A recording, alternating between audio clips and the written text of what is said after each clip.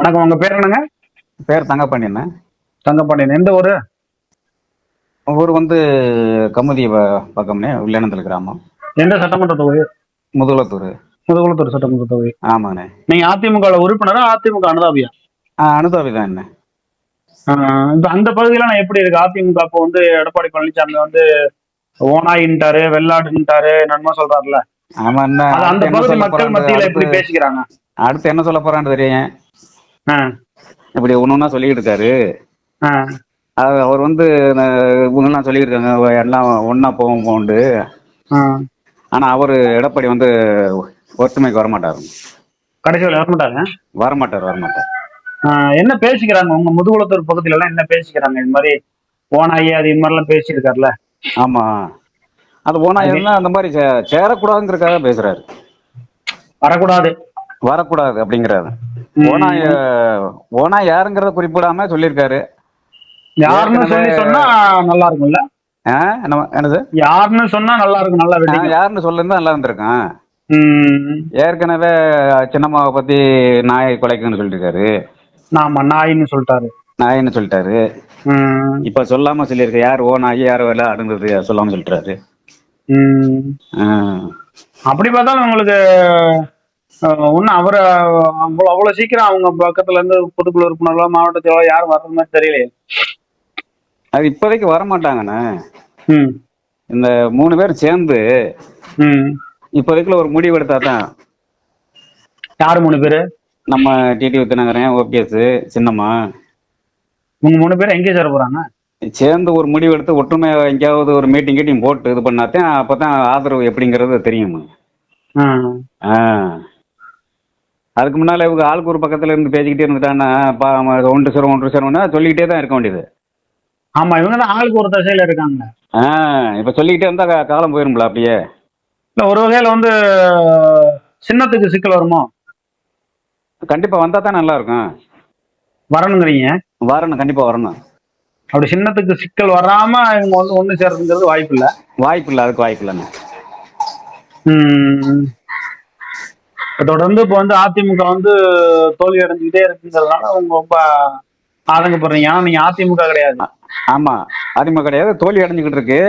ஆஹ் அந்த 26லயும் வந்து வெற்றி பெற முடியாது. சரி, ஒருவேளை எடப்பாடி பழனிசாமி வந்து அவரு 2026 234 தொகுதிக்கும் வளம் வந்து அவர் புரட்சி தமிழரா பொதுச்செயலாளரா வந்து வளம் வர்றாரு. தென் மாவட்டத்துல எப்படி இருக்கும்? தென் மாவட்டத்துல வந்து வராதுங்க. வந்து தென் மாவட்டத்துல வந்து விஜய்க்கு போயிடும். ஆஹ் பிஜேபிக்கு இந்த மாதிரி பிரிஞ்சிடும். ஏடிஎம்கேக்கு வராது. இடமிக்க வராது. வராது. தென் மாவட்டத்தில் உள்ள ஒரு 60 தொகுதியில ஒரு ஒரு 15-20 தொகுதியாவது அதிமுக ஜெயிக்க வாய்ப்பு இருக்கா? கிடையாது கிடையாது, சுத்தமா கிடையாது. என்ன திருச்சி பண்றீங்க? கிடையாதுண்ணே. என்னங்க, உங்க பக்கத்திலேயே மாவட்ட செயலாளர் இருக்காங்க, ஒன்றிய செயலாளர் இருக்காங்க, எல்லாருமே கட்சி பொறுப்பாளர்லாம் இருக்காங்க. ஒரு 10 தொகுதியில ஜெயிக்க இப்ப வச்சிருவாங்களா? உதயகுமாரே அங்க ராமநாதபுரம் மாவட்டம் தான். ம். அவருக்கே அந்த சும்மா பேருக்கு தான், பேரு தான் இருக்கு, அவருக்கு மரியாதை இருக்காதுண்ணா. ஆ. இப்ப நீங்க சொல்றத பார்த்தா 2026 செல்லூர் ராஜு, ஆர்பி உதயகுமார், ராஜன் செல்லப்பா இவங்களுடைய வெற்றிக்கு ஆபத்துங்கிறீங்களா? இவங்களே ஜெயிக்க முடியாது. அவங்க 3 பேர்த்தையாவது ஜெயிக்க வச்சிருங்க, சமுதாயம் இல்ல. இல்ல இல்ல, முடியாது முடியாது, ஜெயிக்கவே முடியாது அவர். ஆ. ஏன்னா இவங்க தான் இவங்க சம்பாதிக்க தான் பாக்குறாங்க, மக்களை பத்தி நினைக்கும்ல கட்சி.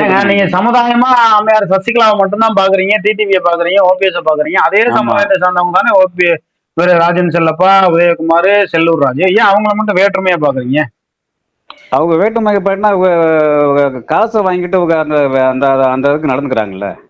யார்கிட்ட காசு வாங்குறாங்க நீங்க? எடப்பாடிட்டு தான். ஏன் ஓபிஎஸ் காசு இல்லையா செலவு பண்ணணும் தானே? செலவு பண்றதுக்கு அவருக்கு கொஞ்சம் தைரியம் இல்லாம இருக்காரு. தைரியம் என்னங்க அது? ஒரு தேவரு, மறவரு, வீர பரம்பரை, வேலுநாச்சியாரு காட்டுக்குள்ள பதுங்கி இருந்து படை திரட்டி வெள்ளையனை அடிச்சு விரட்டின பரம்பரைன்னு 1000 விஷயங்கள் பேசும்போது ஓபிஎஸ் பயப்படுறாருன்னா ஏன் பயப்படணும்? காசை இறக்கி விட இப்ப இறக்கி விட்டுருக்குறாங்கிறக்கா யோசனை பண்ணிட்டு இருக்காரு. நீ அடுத்த அந்த முகத்துல இருக்காரு இப்ப. நீ அடுத்த அதான் காசை இப்ப இறக்க போறாரு ஓபிஎஸ். கண்டிப்பா செய்வாரு. ஓபிஎஸ் அப்படி ஒன்னும் செலவு பண்ணி களத்துல இறங்குறது மாதிரி தெரியல. இது வரைக்கும் இறங்குனது கிடையாது. ஆனா காசை இறக்காம வேலைக்கு ஆகாது தானே? வேலைக்கு ஆகாது. நான் சொல்றேன், எடப்பாடி பழனிசாமியே நல்லவரு கெட்டவரு அதெல்லாம் விட்டுருங்க. ஆமா, அவரு அரசியல்ல கெட்டவர். அரசியல்ல யாருமே வந்து நியாயமான முறையில சம்பாதிச்சது கிடையாது. கிடையாது கிடையாது, யாருமே கிடையாது. ஓபிஎஸ்க்கு மேற்கு தொடர்ச்சி மலை வரலையும் சொத்து இருக்குங்க. கிட்டத்தட்ட 1,00,000 கோடி வரலையும் சொத்து இருக்குங்கிறாங்க. இருக்கு. டிடிவிக்கும் பணம் இருக்கு, அம்மையார் சசிகலாவுக்கும் பணம் இருக்கு. பணம் இருக்கு. அப்ப பணத்தை இறக்கி செலவு பண்ணாம வேலைக்கு ஆகாது. ஒண்ணு பிஜேபி சின்னத்தை முடக்கணும். ஆமா, சின்னத்தை முடக்கிறதுக்கு இவங்க ஒரு விலை கொடுத்தாதான் வேலைக்கு ஆகும். ஆமா ஆமா, அதுக்கும் விலை கொடுத்தா தான் செய்யணும். விலைக்கு இல்லாம என்ன பண்ண முடியும்? கண்டிப்பா அது அவங்க முடைக்கிடுவாங்கண்ணா கண்டிப்பா. ஆனா பிஜேபி தயவால இந்த கட்சியை கைப்பற்றதுக்கு இதுக்கு முன்னாடியே இவங்க ஏதாவது 10 மாவட்ட செயலாளர் எம்எல்ஏ தூக்கி கூவத்தூர்ல மாதிரி ஏதாவது செஞ்சிருக்கணும்ல. இவ்வளவு தாமதம் அதிகம். அதை முதல் செய்யாம விட்டுட்டாங்க. இப்ப அம்மா ஜெயில இருந்து வந்தாங்கல்ல, அப்போதே ஒரு 10 மாவட்ட செயலாளர் வந்திருந்தாங்கன்னா இன்னும் கட்சி அங்க அம்மாவோட சின்னம்மா கிட்ட போயிருந்துருக்கு. எல்லாமே மறைமுக டீலிங் தான். இங்கிட்டும் காசு வாங்கிக்கிறாங்க, இங்கிட்டும் காசு வாங்கிக்கிறாங்க. அதிமுக மோசமான கட்சியா இருக்கு. ஆமா. வந்து எடப்பாடி பழனிசாமி வந்து எல்லாத்தையும் சரிக்கிட்டு இவ்வளவு தூரம் பண்ணிட்டு போயிட்டே இருக்காரு. அவரை இது பண்ணி மீண்டும் வந்துட முடியுமா நீங்க எல்லாரும்? இல்ல, வர முடியாது. கட்சி போகத்தான் செய்யும். பிஜேபி விஜய்க்கு ஆதரவு கொஞ்சம் பெருகிட்டு வந்துடும். விஜய்க்கு ஆதரவு பெருகி வந்துடும். ஆதரவு பெருகிறேன். அண்ணாமலைக்கும் ஆதரவு பெருகி வந்துடும். அண்ணாமலைக்கும் ஆதரவு பெருகிறேன். இப்ப அந்த தென் மாவட்டம் பகுதி முழுக்க எடப்பாடிக்கு எதிராக தான் இருக்காங்களா? கண்டிப்பா எதிராக தான் இருக்கு. அப்படி ஒண்ணும் தெரியலங்க. இடையில இல்ல தெரியாது. கிராமத்துல போய் பார்த்தா தான் தெரியும். கிராம பகுதியில வந்து கேட்டா சொல்லுவாங்க. கரெக்டா சொல்லுவாங்கண்ணா. இடையில வர்றேன், நான் உங்க ஏரியாவுக்கு வரேன். கிராமப்புறம் பூரா வந்தீங்கன்னா அந்த ஓபிஎஸ் வந்து அவரும் துரோகம் பண்ணிருக்காரு. ஒத்துக்கிறீங்க? துரோகம் பண்ணிருக்காரு. அதை நம்பி நம்மளை நம்பி வந்துட்டாருன்னு சொல்லி ராமநாதபுரம் மாவட்டம் மக்கள்லாம் சேர்ந்து வாக்களிச்சிருக்காங்க. ஓபிஎஸ் துரோகம்னா எந்த வகையில துரோகம் பண்ணிருக்காரு? அம்மையார் சசிகலாவை நீக்கினது எடப்பாடி பழனிசாமி. ஆமா, 2 பேரும் கையெழுத்து போட்டு தானே. கையெழுத்து போடுறது எவ்வளவு பெரிய துரோகம் பாருங்க. அதுவும் துரோகம் தான் தானே. அன்னைக்கு முடியாதுன்னு சொல்லி இருந்தாருன்னா இந்த அளவுக்கு வேலை இருந்திருக்காரு. இன்னைக்கு வெளியேறவும் அம்மா சின்னம்மா எப்ப விசுவாசமா இருப்பேன் அப்படின்னு சொல்லிக்கிட்டு இருக்காரு. அப்பா சொல்லல. இனிமே நம்ப முடியுமா ஓபிஎஸ்? நம்ப முடியாது. நாளை பின்ன 2 பேரும் சேர்ந்துக்கிட்டு நம்ம 2 பேரும் இருந்துக்குறோம், சசிகலா ஓரம் கட்டி அப்பவும் செய்வாங்கல்ல. துரோகங்கிறது உங்களுக்கு இருக்குதுன்னா அது கடைசி வரையும் மாறாதுல்ல. மாறாது.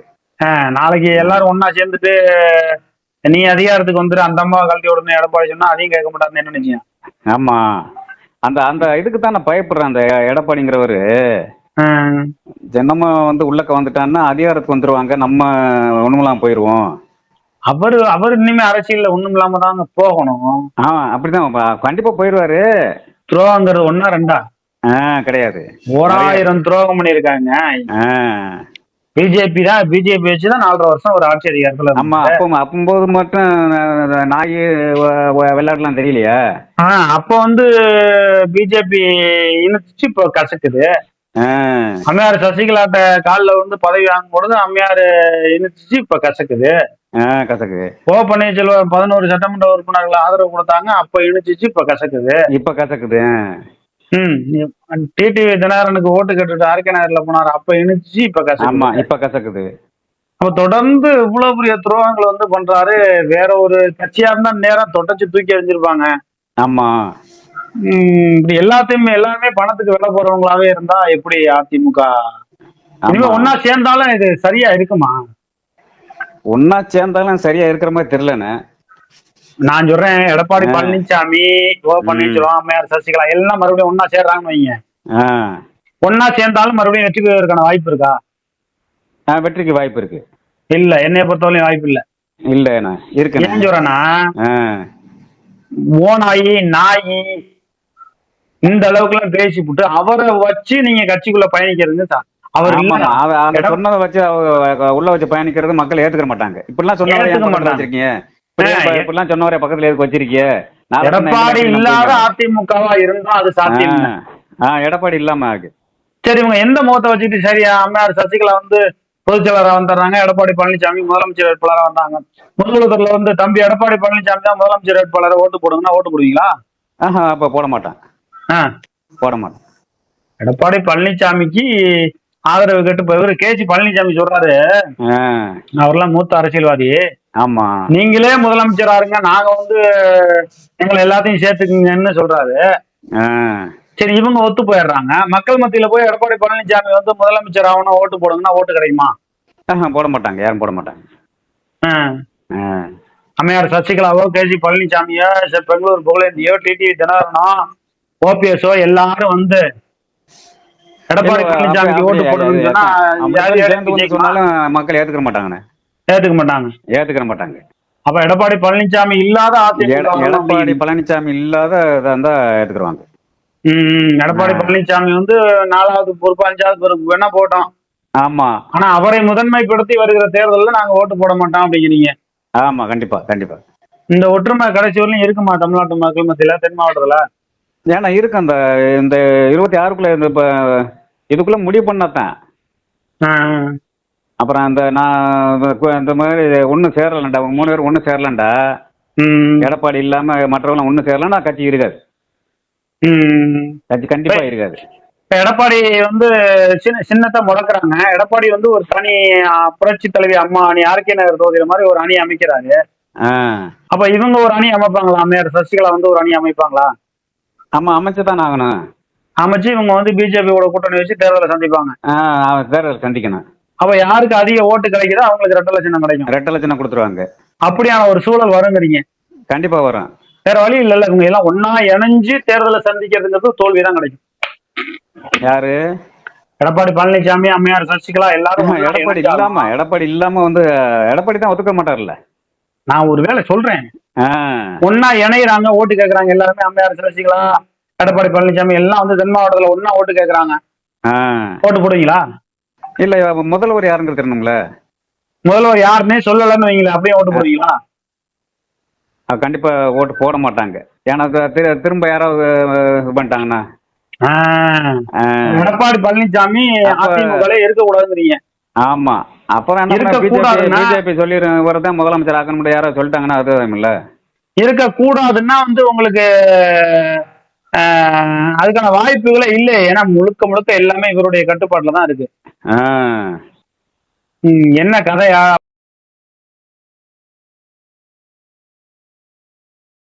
ஓடி அடைய போகுதுங்கிறது தெரியல. ஆனா எனக்கு தெரிஞ்சு சின்னத்தை முடக்கிறதுக்கான வாய்ப்பு இருக்கு. வேற எடப்பாடி பழனிசாமி கடைசி வரலையும் ஒத்துக்க மாட்டாராங்க. ஒத்துக்க முடியாது. கண்டிப்பா ஒத்துக்கவே மாட்டாரு. ஒத்துக்க மாட்டாரு. சொகுசு வாழ்க்கை வந்து அனுபவிச்சுட்டாரு. பதவி பிறந்ததுல இருந்து பாவம் சிலவம்பாளையம் கட்சி. ஆமா, அவர் அட்ரஸே இல்லாம யாருன்னு அடையாளம் தெரியாம இருந்தவரு இன்னைக்கு இந்த அளவுக்கு வந்து 2015 யாருன்னே தெரியாது. எனக்கும் தெரியாது, உங்களுக்கும் தெரியாது. எனக்கும் தெரியாது. அப்ப பொதுப்பணித்துறையா போகலாம். அதான் அமைச்சரோட 10ஓட 11 அத்தோட இது ஒண்ணு ஒரு அமைச்சர் தானே.